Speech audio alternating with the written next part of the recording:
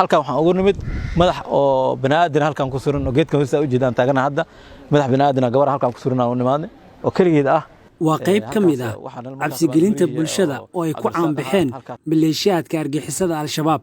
shacabka ku nool degmada Baraabe ee gobolka Shabeellaha Hoose waxay dhibaatooyin xoogan kala kulmeen argixisada muddadii ay halka ku sugnaayeen taasi oo keentay in shacabka ay si weyn u soo dhaweeyaan ciidanka xoogga dalka kadib markii ay al-shabaab ka saareen magaaladaasi shacabku waxa lagu haystay xoogga lagu haystay ma hadli karin aan kii qofkii marka laga soo qabsan ma soo dooni karin dawladdu waa gacan weyn tahay runtii markay yimaadeen dawladda aan imaan halkan soo galnaba shacabkii waa nagu soo xumeen shacabkii ay argixisadu dhibaateeyeen waxay dugsadeen ciidanka maadaama marnaba aysan kala kulmaynin wax dhibaato ah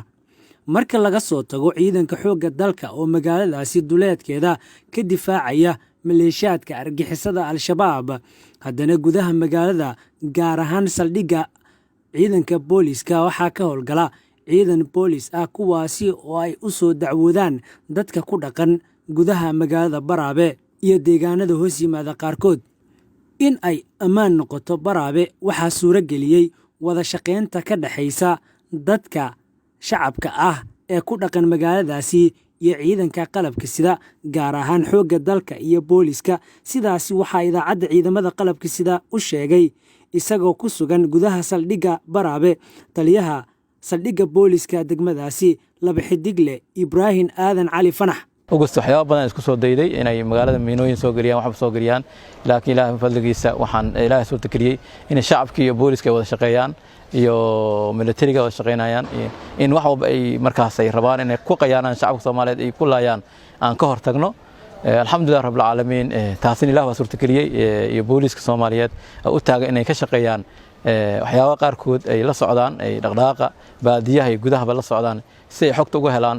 shacabka degan nooc walba ay yihiin ay ugu laqmayaan shacabka sadarteed waxa soo tagriyay in magaalada caasimada Koonfur Galbeed ay noqoto amni oo madaxweynaha jamhuuriyadda Soomaaliya uu yimaado kaliya socon karo oo ku lugayn karo meel walba uu mar karo nin sarkaal hadduu yimaado kaliya socon karo taasina waxa suurta galiyay in sarkaalkaas hadduu cusub yahay yimaado isku markii la qabtaba ama shacabka soo wacan ay dhahaan nin cusub soo magaalada dhex socda ma ka wareedin noocaas weeyaan noo sheegaan sadarteed waxa suurta galiyay in booliskana ay shaqadooda si toos ay u qabsadaan meel walba isku marka laga dalbadana ay tagaan ay markaas ama eedeysanaha ama ninkii marka laga shakiyay ay soo qabtaan suspectiga ah laba xidigle Ibrahim Aadan ayaa ka waramaya farqiga u dhaxeeya xilligii maleeshiyaadka al-shabaab ay joogeen magaalada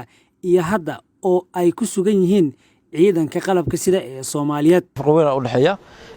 markaas shacabku waxa lagu haystay xoogga lagu haystay ma hadli karin aan kii qofkii marka laga soo qabsan ma soo dooni karin shacabku waxay u reebeen ma ayna arkin sadarteed shacabku waxay go'aan ismarkii aan nimidba week anoo joognabay ismarkii shacabkii shir la qabsanay oo la shirnay qaabkii la wada shaqeey lahaa in shacabka la abuurinin xorriyadooda la siiyo meel walba ay aadi karaan laakiin ay dawladda la shaqeeyaan marka suurtagalka amniga aad u jeedid aad ku socotid maanta magaalada dhexda kaliya kaga socotid waxa suurtageliyay shacabkaas oo shaqeyn ka haysta booliska Soomaaliyeed ee ku sugan caasimada Koonfur Galbeed taliyaha saldhigga booliska degmada Baraabe ee magaalada xeebeedka gobolka Shabeellaha Hoose laba xidigle Ibrahim Aadan Cali ayaa ka codsaday madaxda dawladda federaalka ah iyo maamulka Koonfur Galbeed in ay gacan weyn ka geystaan dib u dhiska saldhigga magaaladaasi oo burbur xoogan uu ka muuqanayo saldhig gaadiid ma haysto xafiis taliya saldhig ma haysano because obiga roobad u yimaado waa la qaaday xaafadda qaadayna because aduu qoyo obiga wixii dhan criminalkii wixii dhan ku jiro marka waa inaan qaadnaa marka aan xafidnaa ay noqonaysaa marka sidaa darteed waxaan u sheegaynaa heer federaal iyo heer Koonfur Galbeedba inay saldhigga booliska Soomaaliyeed ee ku sugan caasimada Koonfur Galbeed ku yaala oo burbursan yahay inay noo dhisaan ciidamadan ay noo soo kordhiyeen haddii aan lidmo maadaama aan taaganahay front hore aan taaganahay una shaqeynana hadda territorial aan u shaqeynana daraawiishahan oo shaqeynana because mar walbana waan israacnaa SNA marka wax la sheego waa israacnaa si waajibaadkeena soo wada gudubno shacabka ku dhaqan magaalada Baraabe waxay u shaqeeyaan sida ciidanka oo kale iyaga oo isku xilsaaray in ay soo qabtaan qofkii ay ka shakiyaan in uu sameynayo fallid ku ah amniga magaaladaasi